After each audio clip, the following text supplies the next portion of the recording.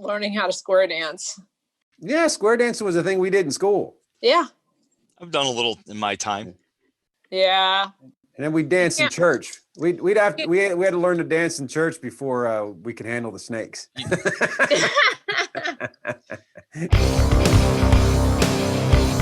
the Pressers with Matt Mallory and Klint Macro. Brought to you by Public Safety and Education and the Trigger Pressers Union.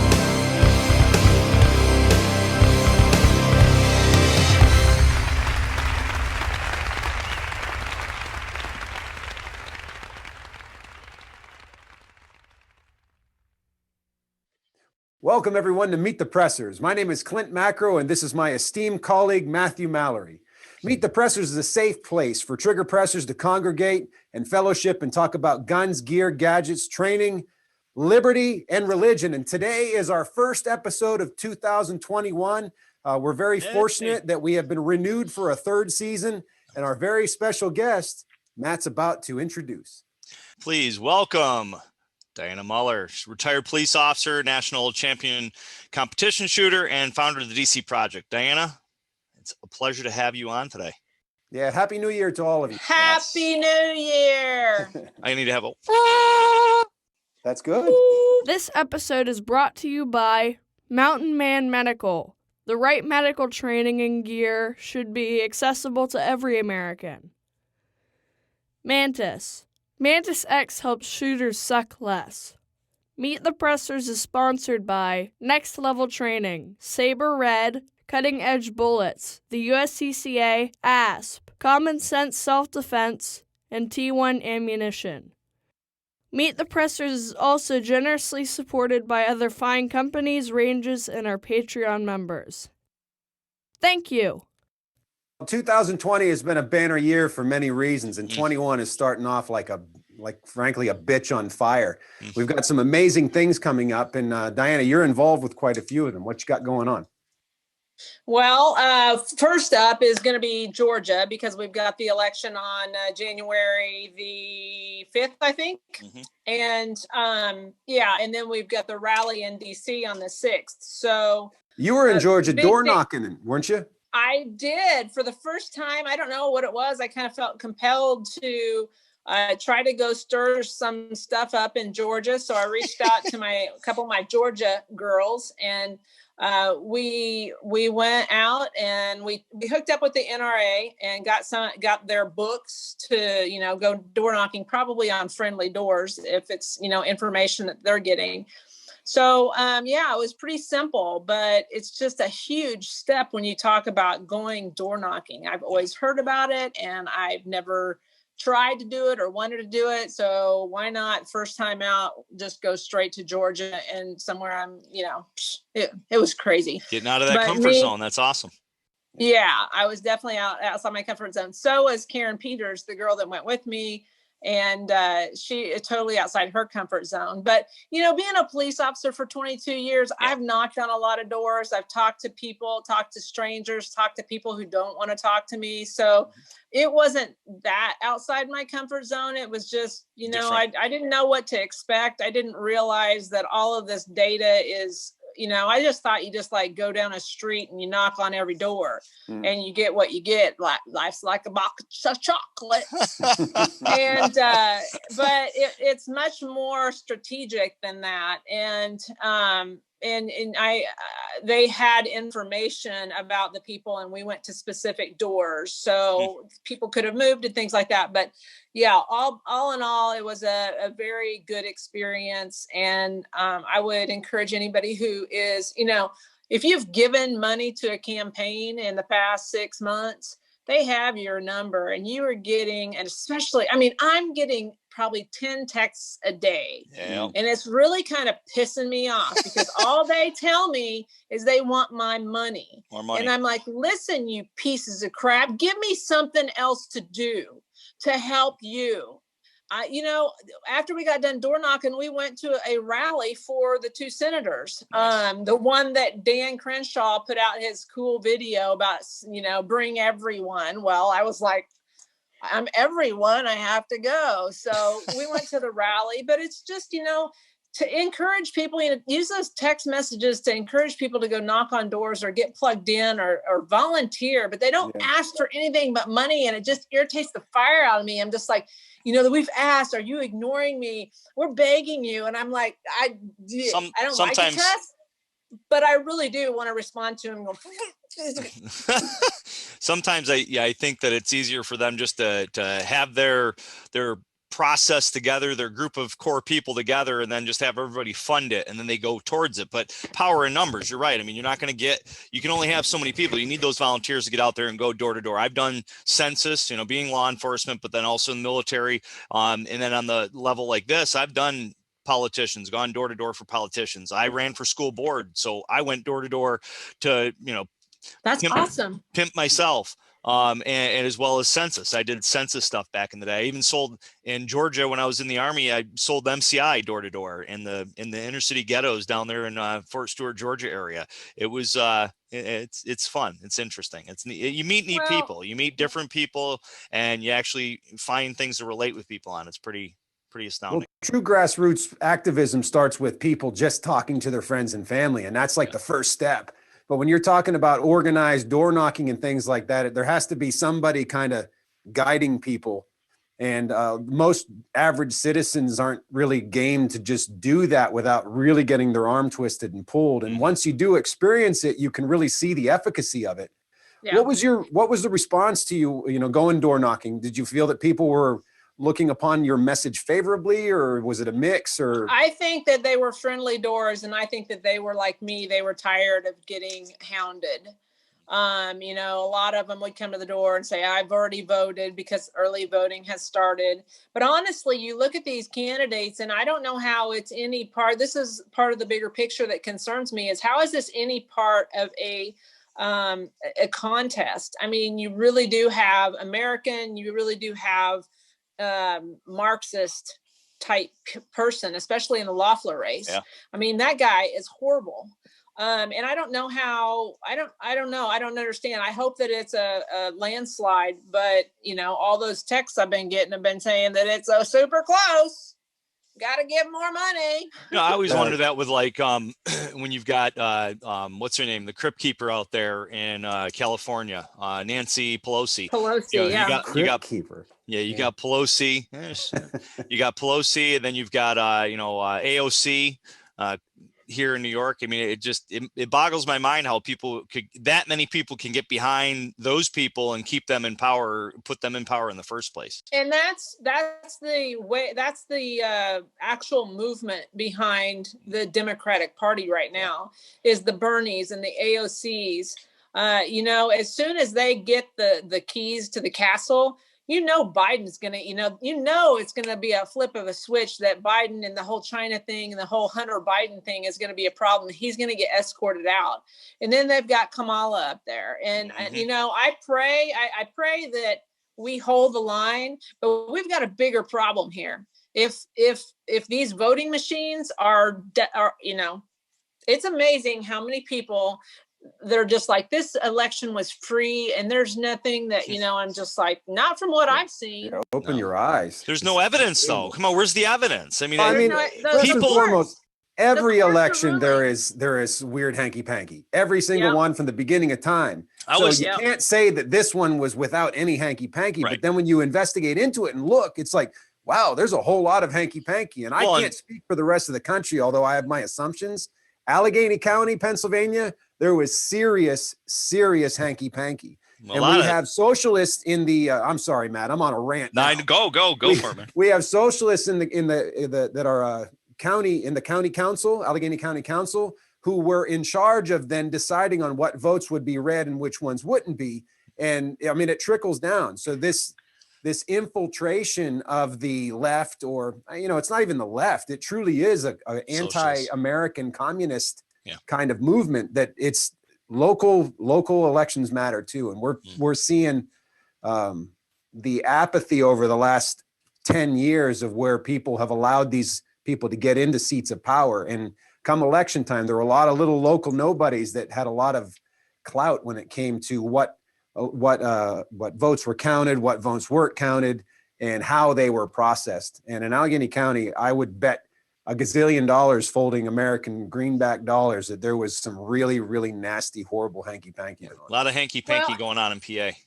And that's exactly, something else that people can do. They can go volunteer at their boards, get plugged in your community. And I'm so glad to hear you say that you ran for the school board, because I was having lunch with my one of my representatives here in Oklahoma, my state representatives, and they were telling me that there is not one conservative voice on the Tulsa Public School Board.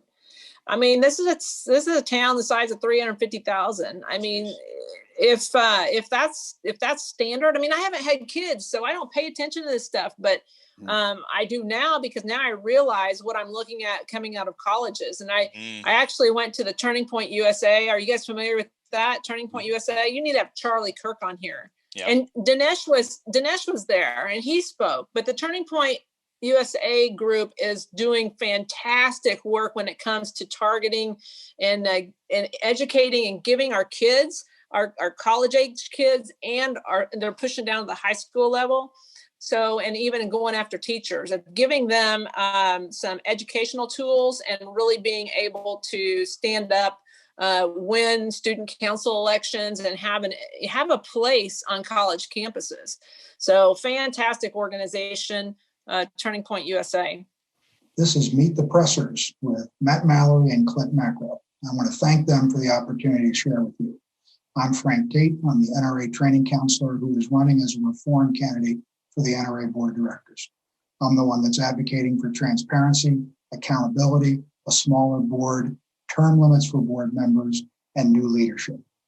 I ran last year. I got 55,000 votes, but I still came in last. Tried running for the 2021 election, and the nitpickers in the nominating committee have disqualified 227 of my signatures, so I need to run as a write-in candidate, and this is where I need your help. If you're looking for reform at the NRA, when you get your ballot, if you're a voting member, I need you to ignore the front of the page, because everybody on that ballot, with one exception, is part of the old guard supporting Wayne. And I need you to fill in the circle with the top line. Put my name in there, Frank C. Tate. Got to spell it correctly, T-A-I-T, or the nitpickers will disqualify it. And again, my address, which is Wayne, Pennsylvania. So if you can put that on the back and then submit your ballot, that's what I need to get on the board. I figure I'm going to need 80,000 votes to be on the board. And so I need 80,000 voting members to stand up and put me in as a write-in candidate. Meet the Pressers.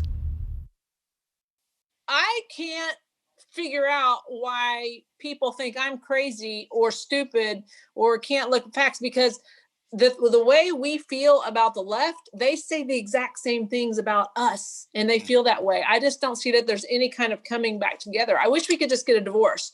They could take the left side of the Mississippi. We could take the right side of the Mississippi. There you go. And we're going to build a wall. We're going to keep our guns. We're going to keep our God. And then they can live in their utopia that they call Chicago, and people crapping in the streets in San Francisco, and they can just have all that.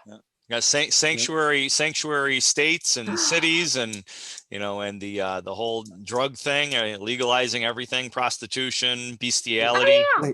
Legalizing everything except law-abiding Americans exercising their constitutional rights. Right. That is bizarro world. Yeah.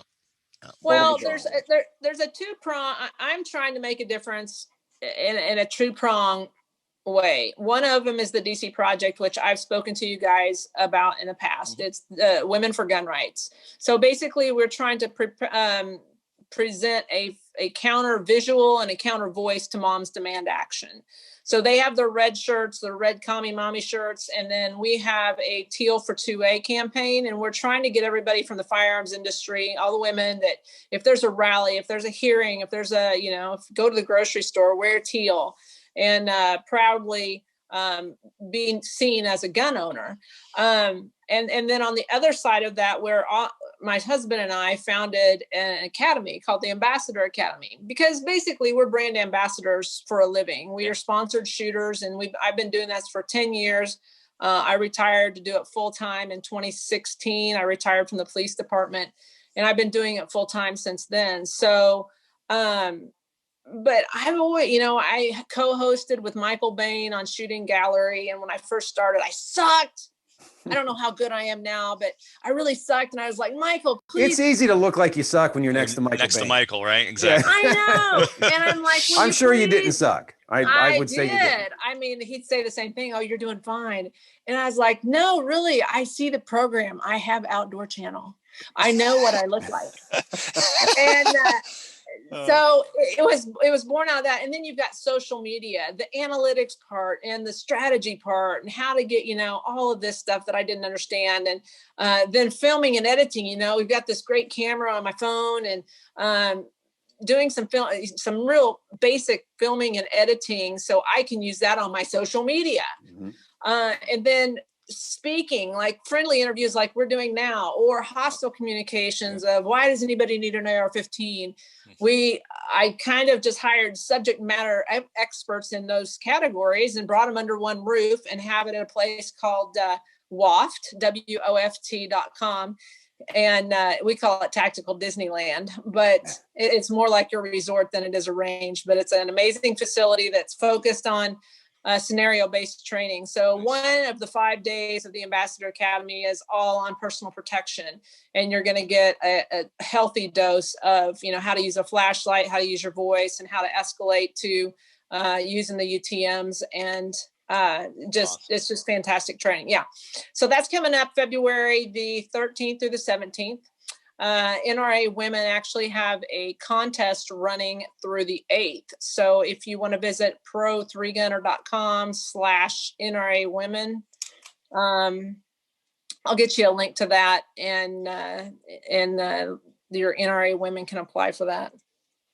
Cool. Yeah. It's awesome. One thing that we kind of had what did I call that Zoom meeting? The courtship. We had a little bit of a courtship with two organizations.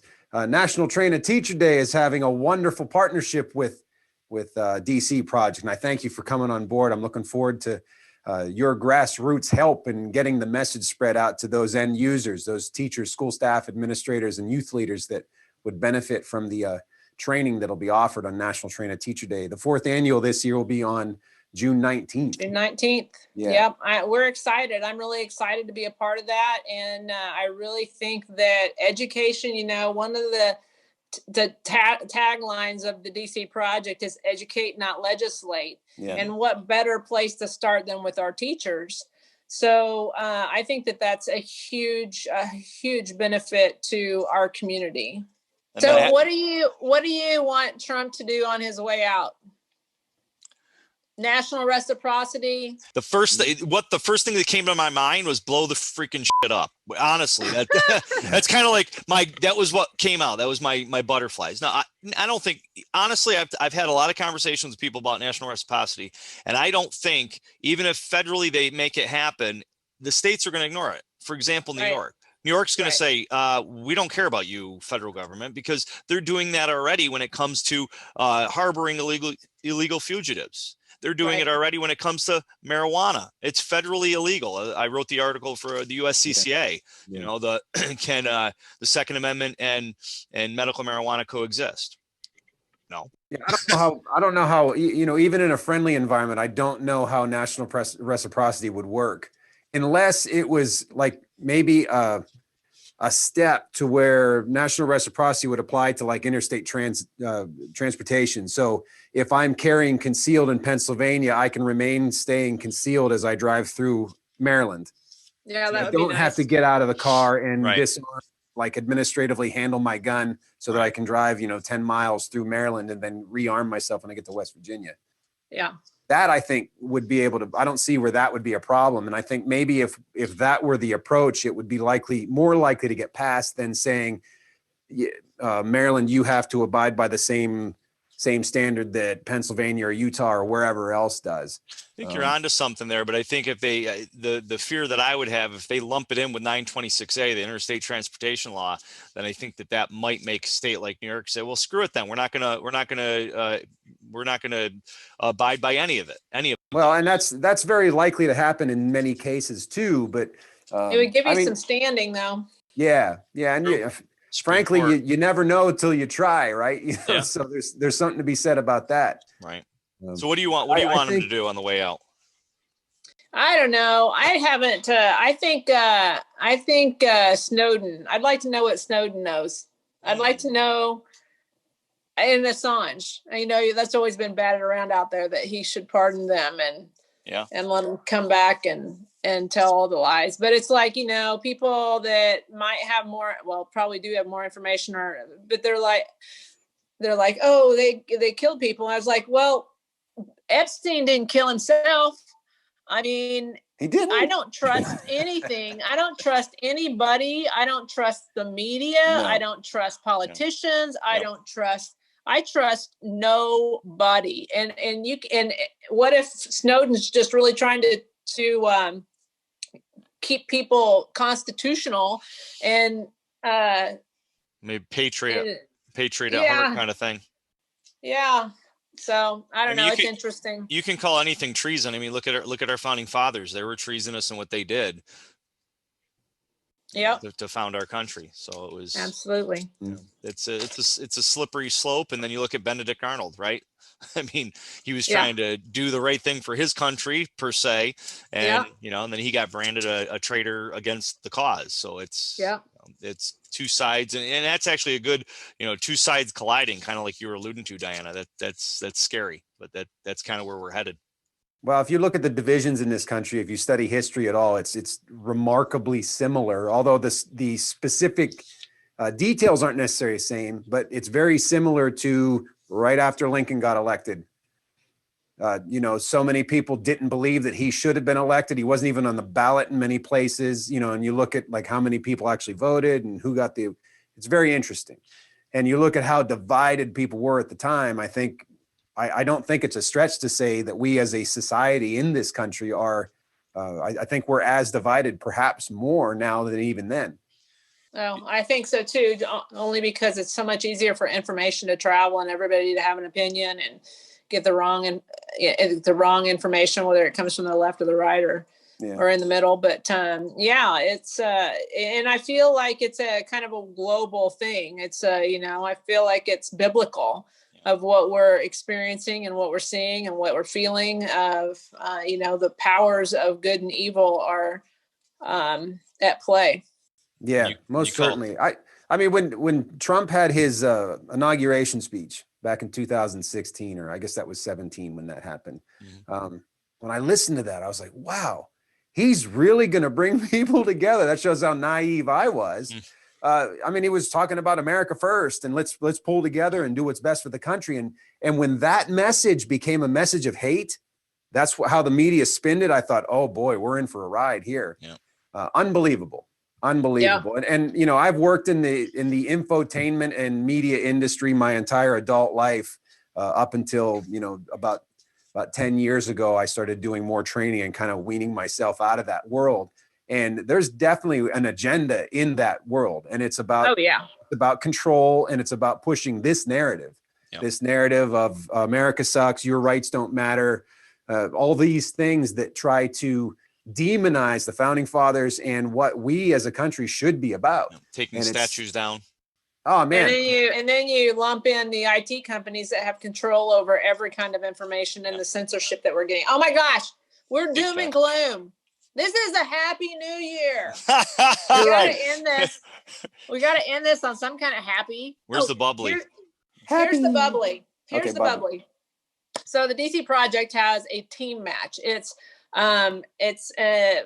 last year we had it on Halloween because obviously everything was pushed back because of COVID. But so we had a Halloween party. It was amazing. We had basically a fundraiser banquet the night before. That's how we did you wear masks for Halloween? Oh yeah, a bunch of people dressed up. We had whole cast. We had the cast of The Incredibles. Nice. They had great costumes. We had lots of good costumes. But this year we're moving the date back to kind of the spring, May 22nd, 23rd, and we moved locations. We're moving to Middle Missouri, Versailles, Missouri, if you're familiar with that. But if anybody is shooters and they want to come out and support the 2A and have a little fun, I would highly suggest it. We had a great fundraiser last year. I think we raised about $100,000. Nice. This one's not going to be as big because we're going to have smaller ones all over the country. So that's what 2021 has in store for the DC project. So dcproject.info, if anybody's interested in supporting or joining. It doesn't cost anything to join. Just send us your women. We're trying to build an army of women. Send us your women. Yeah, I think that would Send us your women. That would sound different if I said that. Yes, it would. I was picturing you saying that. That's why I laughed. Two-prong, gonna save the country. Well, Ambassador Academy and the DC project. yeah, That's my little offering. Yeah. Education and encouraging Americans to exercise their rights is the answer to all of our problems in this country. And it has always been traditionally. We just need to see that and spread that message and get more people involved. You make a great point. Just telling people to go out and do something or asking them for money, that isn't nearly as effective than giving them a guide path to success. Say, here's what we need you to do. Call this person. Here's some things to say. Here's what you need to do next. Talk to your family, whatever it might be. You know, we go through this in Pennsylvania with Firearms Owners Against Crime, which is our Pennsylvania Second Amendment organization. And we've had much better success when we were able to give people specific directions, because those folks that are kind of on the fence about getting involved, if you can tell them what they need to do, make it attainable and achievable, they'll do it. Absolutely. And if one person does it and they talk to their friend or their sister or their uncle, and then they can do it the next time, and it just builds. And I feel like this is our fault, our conservative faults, because we are busy living our lives. So and true. The other side is busy trying to figure out how to make us, how to rule us. Ruin our lives. Yeah. But they want to force upon us what is anti-constitutional, what they want. Their ideology. Yes, their ideology. And it just happens to be, you know, I was having a conversation with somebody today, and I said something about BLM being Marxist. And I was like, have you read their website? They say it. Yeah. Yeah, it doesn't matter. It's like a politician, though. You know, they can tell you anything you want, and there's so many people that follow them like blind sheep to the slaughter. When I always tell people, you got to look at how they vote. They're going to tell you whatever they want, whatever you want to hear. You got to look at how they vote and how they've acted. If all they've done is voted anti-gun, and then they tell, oh no, I love guns. I want everybody to have guns. You know, I'm a Second Amendment supporter. Yeah, but on the other hand of that, the ones that are in office that actually have fought and have been consistent with fighting for the individual rights and liberties of the citizenry, they need help. They need support. They need someone every now and then to say, thank you for doing what you're doing. How can I help you? Yeah. So I think a lot of average citizens, they don't connect with any of their elected officials. You know, the bad ones, they stay away from. The good ones, they just like, yeah, he's doing his thing. Yeah. And you're doing a great job. We need to be supportive of those ones that are pushing freedom, and we need to be in the face of those who are not. Give them an opportunity to learn, try to educate them. But if they're not receptive to it, then we need to be there and in their face and be aggressive. Very true. That's what I hope for the teal ladies of the DC project, is that we can really, reinforce that constitutional pro-rights stance when it comes to guns. Well, we can only hope and pray that true patriots will ultimately prevail. And if we lose this battle and we have to deal with 4 years of a Biden-Harris administration, may people rally behind the cause of liberty, and we ultimately see the light of liberty at the end of the day. What's the best way for people to check you out, find you, get a hold of you, find out what you're doing? Well, you got a central website? We have a website, Pro3Gunner, PRO3gunner.com, and that's where you can find the Ambassador Academy. But we also have dcproject.info, and that's where you'll find the team match and all DCP related type stuff. And of course, on Instagram and Facebook so far, I'm on Di3Gun on Instagram, and then I'm Dianna Muller 3Gun on Facebook. So I'd love for people to reach out to me if they have any questions. We can go over 3-gun stuff. We can go over Second Amendment stuff. We can go over Patriot stuff. So. Well, we thank you again for coming on the show. You're always welcome. And I wish you a very happy new year, you and your family. And may God guide us all through this year of 2021. I think no matter what happens, it's going to be a doozy. I concur. Yeah. Thank you. Thank you guys for the time. Yeah, it was a pleasure. Stay safe. There's lots of sponsors that make this show possible, like Mountain Man Medical. Check them out and give them your business. This episode is brought to you by Mountain Man Medical. The right medical training and gear should be accessible to every American. Mantis. Mantis X helps shooters suck less. Meet the Pressers is sponsored by Next Level Training, Saber Red, Cutting Edge Bullets, the USCCA, ASP, Common Sense Self-Defense, and T1 Ammunition. Meet the Pressers is also generously supported by other fine companies, ranges, and our Patreon members.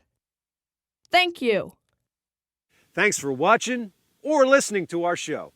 Make sure to like, comment, subscribe, share. Click that little bell thingy so you know when the next episode's uploaded. Support us on Patreon. Come to one of our classes. Host us to come to you and do one of our classes at your location. And until next time, Adieu. Thank you for watching Meet the Pressers.